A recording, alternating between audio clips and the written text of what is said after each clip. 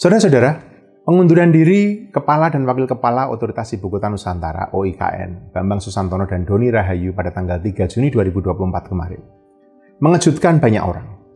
Pengunduran diri secara tiba-tiba ini menimbulkan pertanyaan tentang apa yang sebenarnya terjadi dan mengakibatkan munculnya sejumlah spekulasi tentang masa depan ibu kota baru Indonesia itu.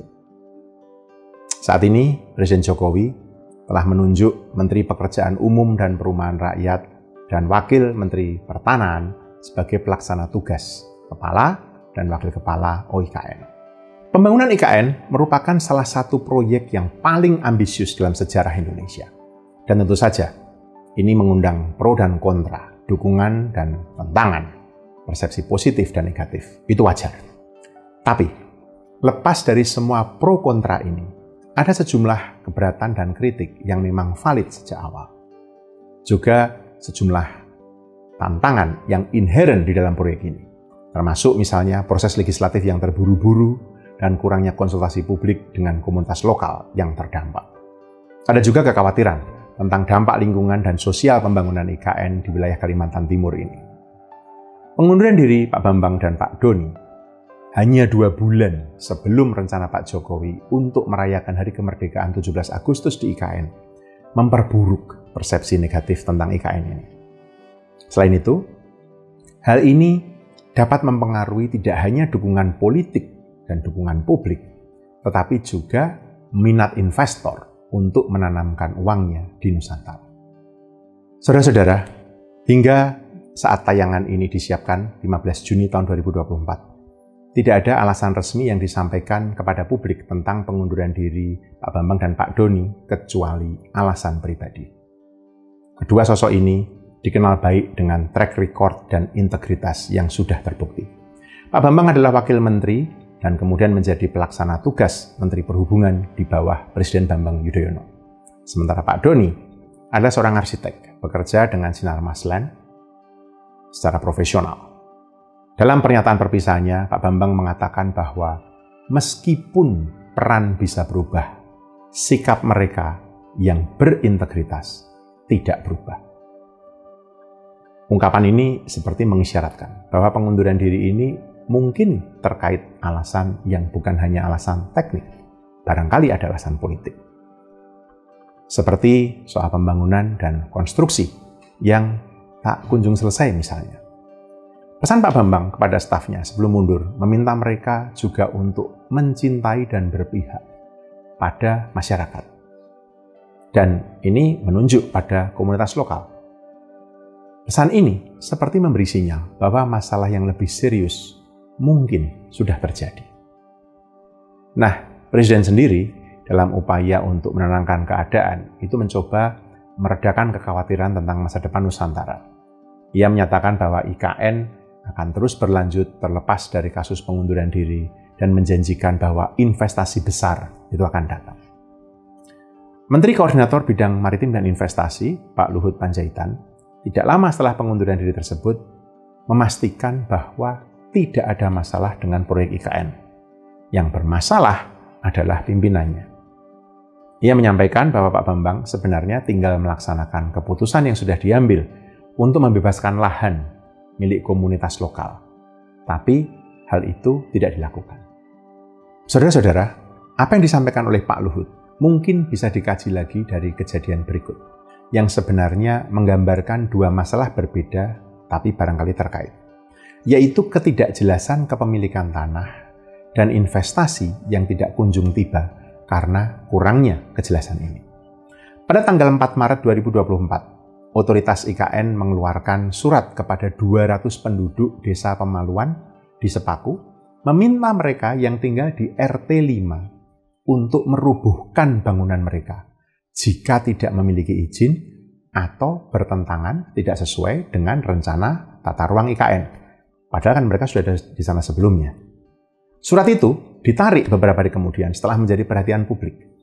Hal ini nampaknya mencerminkan kecemasan sekaligus ketergesa-gesaan pemerintah untuk segera membebaskan lahan untuk IKN. Dan dalam kaitan itu, agar bisa segera mengamankan investasi. Ini seperti yang dikonfirmasi sendiri oleh Menteri PUPR yang kini menjadi PLT Kepala OIKN, Pak Basuki Hadimulyono. Penangguhan transaksi lahan itu telah membuat status lahan yang akan dikembangkan menjadi tidak jelas bagi investor. Salah satu akibatnya, investor tidak dapat membeli atau memiliki tanah di IKN, tapi hanya dapat memperoleh sertifikat hak guna bangunan atau HGB. Masalah pembebasan dan transaksi lahan untuk pengembangan IKN ini menunjukkan dan menggarisbawahi perlunya tata kelola dan transparansi yang lebih baik. Ini juga menunjukkan kurangnya dukungan regulasi yang memadai.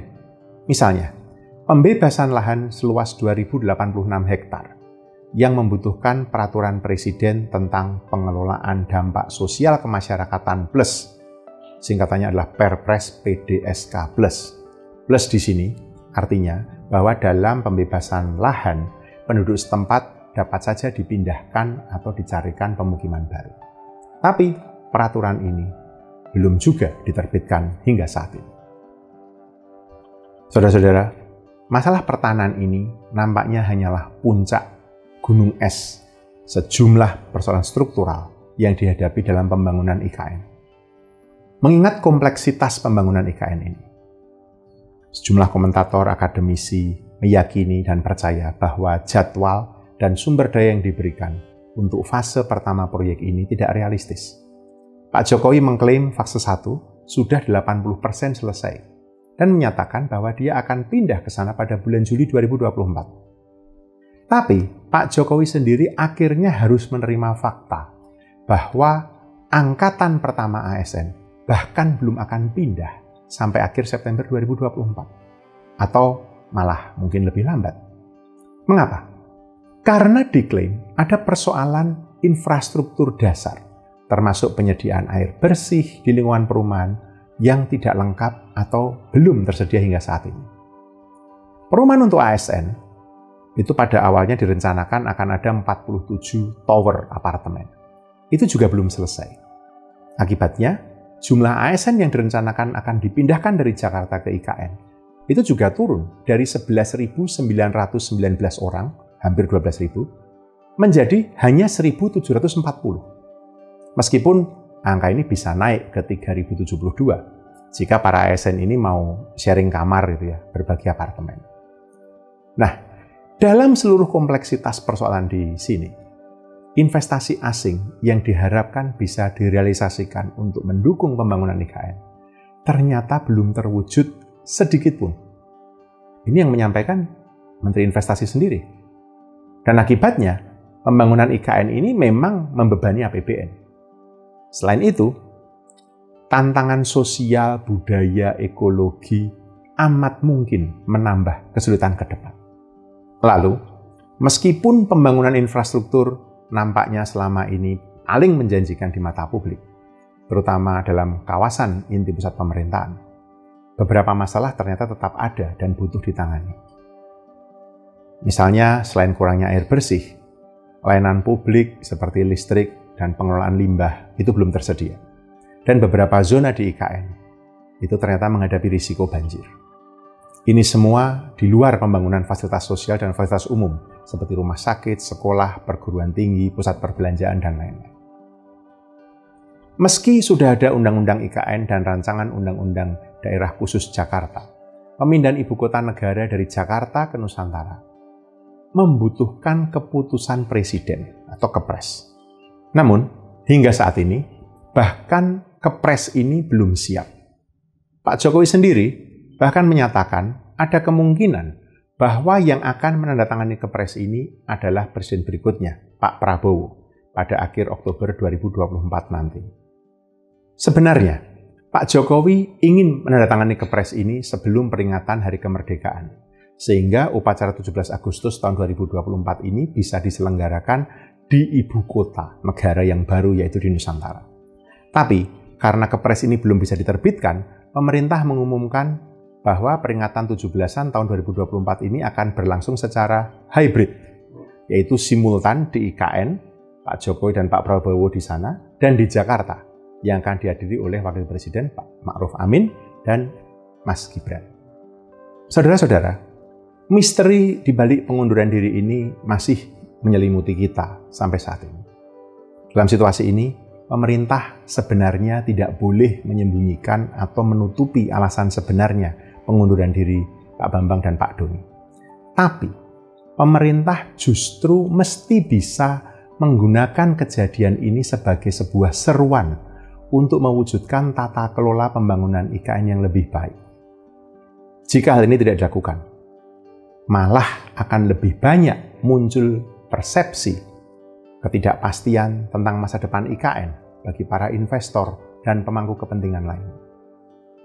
Kepemimpinan yang lebih kuat dan visi yang lebih jelas untuk mengatasi hambatan dan mencapai tujuan pembangunan IKN itu mutlak kita perlukan. Dan ini hanya bisa terjadi jika Pak Jokowi atau Pak Prabowo dengan cepat mengisi kekosongan kepemimpinan OIKN dengan individu berintegritas yang punya kemampuan teknis pembangunan serta mampu menghadapi tekanan politik untuk mewujudkan tata kelola dan partisipasi masyarakat yang lebih baik dalam perjalanan panjang menuju Nusantara ini.